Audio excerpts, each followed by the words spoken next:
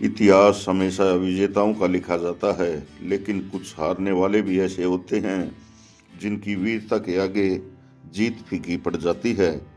1576 की वो भीषण गर्मी, हल्दी घाटी की वो तंग गलियां और खून से सनी मिट्टी, मुगलों की 80,000 की फौज के सामने मेवाड़ के सिर्फ 20,000 योद्धा थे। लेकिन क्या आप जानते हैं प्रताप की सेना के सबसे आगे कौन खड़ा था? वो कोई राजपूत नहीं, बल्कि एक पठान योद्धा था। एक ऐसा योद्धा जिसने अकबर की महजबी अपील को लात मार दी और महाराणा के चरणों में अपना शीश अर्पण कर दिया। आज इतिहास की बात में हम गहराई से जानेंगे हकीम खां सूरी की उस वफादारी को जिसने सांप्रदायिक एकता की सबसे बड़ी मिसाल पेश की। हकीम सूरी कोई साधारण सैनिक नहीं, वो शेरशाह सूरी के वंशज थे। वही शेरशाह जिसने मुगलों को भारत से खदेड़ दिया था। जब हुमायूं के बाद अकबर फिर से सत्ता संभालते हैं तो सूरी वंश के लोग बिखर गए थे।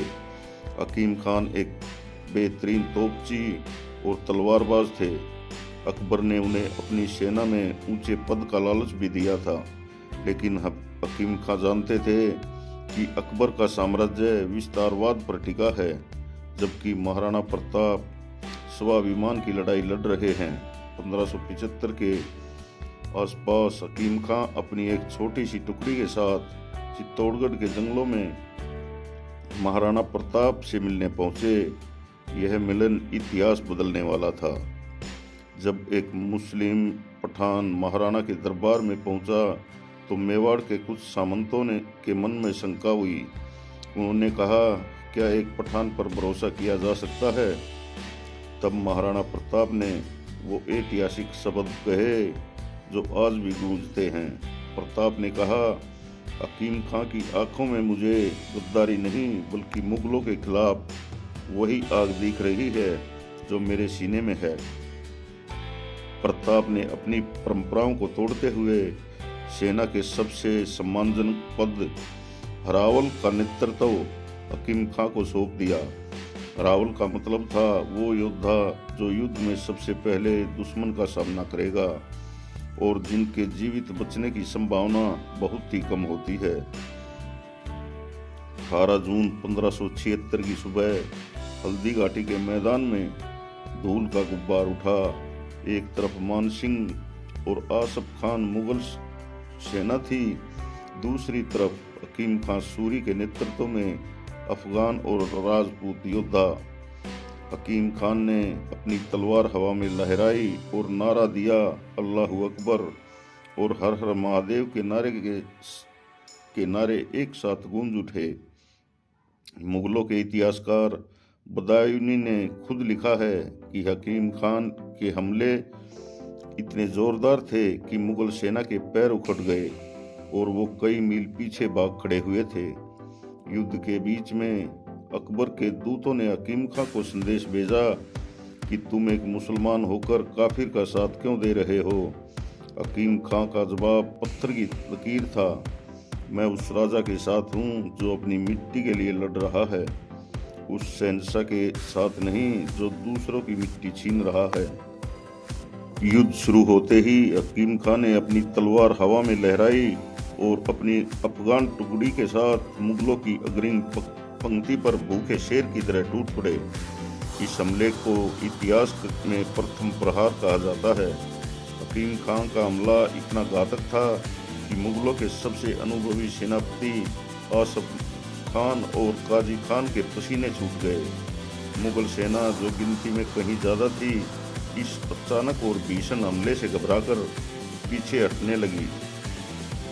इतिहासकार बदायूनी, जो उस समय मुगल सेना के साथ खुद मैदान में मौजूद था, लिखता है कि राजपूतों और हकीम खां के अफगानों ने ऐसा हमला किया कि हमारी सेना बनास नदी के उस पार तक भागने पर मजबूर हो गई थी।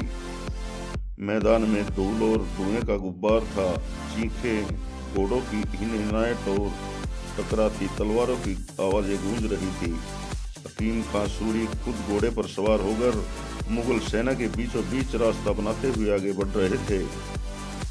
उसका लक्ष्य साफ था, मुगल सेना के मनोबल को तोड़ना। इसी बीच युद्ध के मैदान में मुगलों की तरफ से मिहत्तर खान ने झूठ बोल दिया कि शहंशाह अकबर खुद विशाल सेना लेकर आ रहे हैं। इस अफवाह ने भागती हुई मुगल सेना में फिर से जान फूंक दी और युद्ध और भी भयानक हो गया।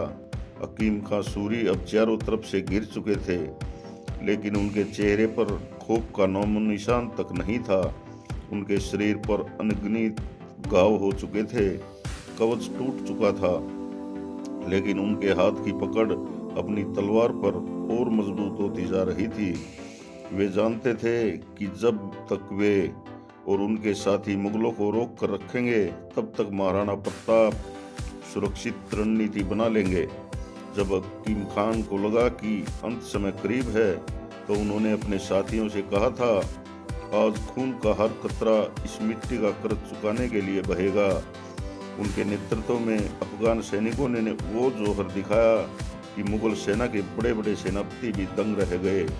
यह सिर्फ युद्ध नहीं था, यह युद्ध अटूट भरोसे का था, जो एक हिंदू राजा और एक मुस्लिम सेनापति के बीच था। युद्ध के अंतिम चरण में जब महाराणा प्रताप गिर गए, तो हकीम खां सूरी ढाल बनकर सामने खड़े हो गए। एक मुगल सैनिक के वार से उनके सिर का कवच टूट गया और गहरा घाव लग गया। खून से लथपथ होने के बावजूद वो तब तक लड़ते रहे जब तक कि महाराणा सुरक्षित स्थान तक नहीं पहुंच गए। जब हकीम खां गिरे तो उनकी सांसें थम चुकी थी, लेकिन उनका हाथ अपनी तलवार की मूठ पर इतना कस चुका था कि उसे खोला नहीं जा सका। इतिहासकार बताते हैं कि मेवाड़ के सम्मान में उन्हें उनकी तलवार के साथ ही दफनाया गया।